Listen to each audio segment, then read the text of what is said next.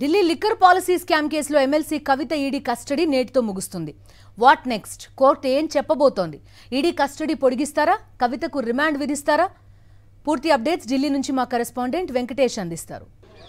Delhi liquor కేసులో కవిత ED custody ఈ రోజుతో ముగుస్తోంది. ఈరోజు మధ్యాహ్నం 12 గంటలకు రౌజ్ అవెన్యూ కోర్టులో న్యాయమూర్తి కావేరి భావేజా ముందు ప్రవేశపెట్టబోతున్నారు.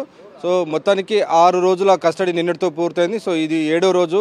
ఇప్పటి వరకు ఆమె వద్ద ఉన్నటువంటి సమాచారాన్ని ఇంట్రాగేషన్లో రాబట్టేటువంటి ప్రయత్నం చేశారు, కన్ఫర్మ్ చేసే ప్రయత్నం చేశారు. ఇండో స్పిరిట్లో 33% వాటాలకు సంబంధించినటువంటి ప్రశ్నలు, అలాగే కవిత పిఏలు రాజేష్ రోహిత్ను విచారణ చేశారు. ఆ ఫోన్లలో ఉన్నటువంటి డేటా పైన ప్రశ్నలు అడిగారు. అలాగే అరవింద్ కేజ్రీవాల్ని సంబంధించి ఎప్పుడు మాట్లాడారో దీనికి సంబంధించినటువంటి అంశంపైన ప్రశ్నల వర్షం కురిపించారు. సో మొత్తానికి వారం రోజుల పాటు కవితను విచారించారు. ప్రతిరోజు సాయంత్రం ఆమెను కేటీఆర్ కలిశారు. అలాగే ఆమె తల్లి శోభ కూడా ఆమెను కలిసింది. సో ఈ నేపథ్యంలో ఈరోజు మధ్యాహ్నం కవితను న్యాయమూర్తి ముందు ప్రవేశపెట్టబోతున్నారు. ఈడీ మళ్ళీ కవిత కస్టడీ కోరేటువంటి అవకాశం మనకు చాలా స్పష్టంగా కనబడుతుంది. ఇప్పటికే కేజ్రీవాల్కు 6 రోజుల కస్టడీ విధించినటువంటి సందర్భం. సో ఆ నేపథ్యంలో 6 రోజుల కస్టడీలో కేజ్రీవాల్తో కలిపి కవితను విచారించాల్సినటువంటి అవసరం ఉంది. కాబట్టి ఆ విషయాన్ని కోర్టు దృష్టికి తీసుకెళ్లేటువంటి అవకాశాలు కనబడుతున్నాయి. సో దాని ఫలితంగా ఇద్దరిని కన్ఫ్రంట్ చేయడం ద్వారా మరింత సమాచారాన్ని రాబట్టేటువంటి ప్రయత్నం చేస్తున్నట్టుగా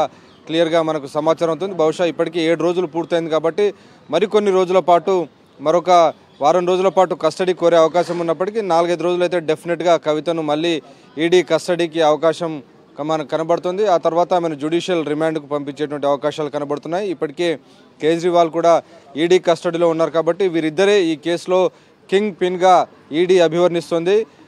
కవిత, కేజ్రీవాల్, మనీష్ సిసోడియా ఈ ముగ్గురు కలిసే ఈ మొత్తం మద్యం పాలసీని రూపొందించారు. సో 100 కోట్ల రూపాయలు ముడుపులు అరవింద్ కేజ్రీవాల్ తీసుకున్నారు, హవాలా రూట్లో తీసుకున్నారు అనేది ప్రధానంగా ఈడీ చేస్తున్నటువంటి ఆరోపణ.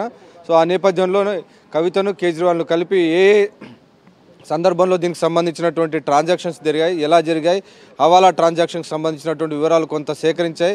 దాదాపు ఒక 40 కోట్ల రూపాయలకు సంబంధించినటువంటి ఒక మనీ ట్రయల్ ఇప్పటికే ఎస్టాబ్లిష్ అయింది. సో రిమైనింగ్ అమౌంట్ సంబంధించి ఎలా చేయబోతున్నారు, రిమైనింగ్ అమౌంట్ అంతా కూడా ఎలా పంపించారు, గోవా ఎన్నికల ప్రచారానికి అరవింద్ కేజ్రీవాల్కి పంపించారనేది ప్రధానంగా చెప్తున్నటువంటి ప్రశ్న.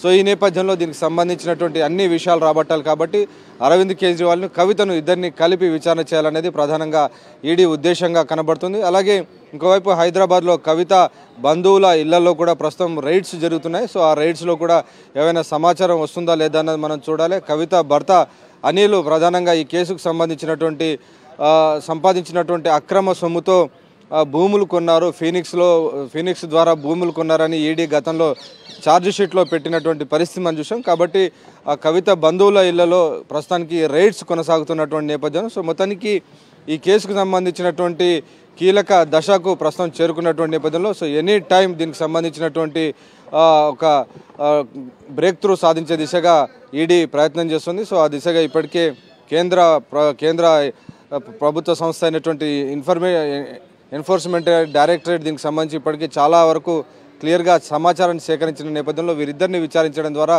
కొంత బ్రేక్ త్రూ తీసుకురావాలని ఆలోచిస్తోంది. Thank you.